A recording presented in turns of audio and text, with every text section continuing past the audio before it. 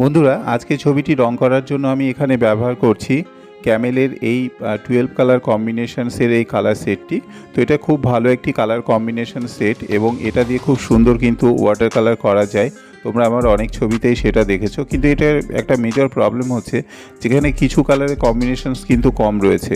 তার জন্য আমি ব্যবহার করছি ডোমসের এই ওয়াটার কালার কম্বিনেশনসটি। এটাও 12 কালার সেট।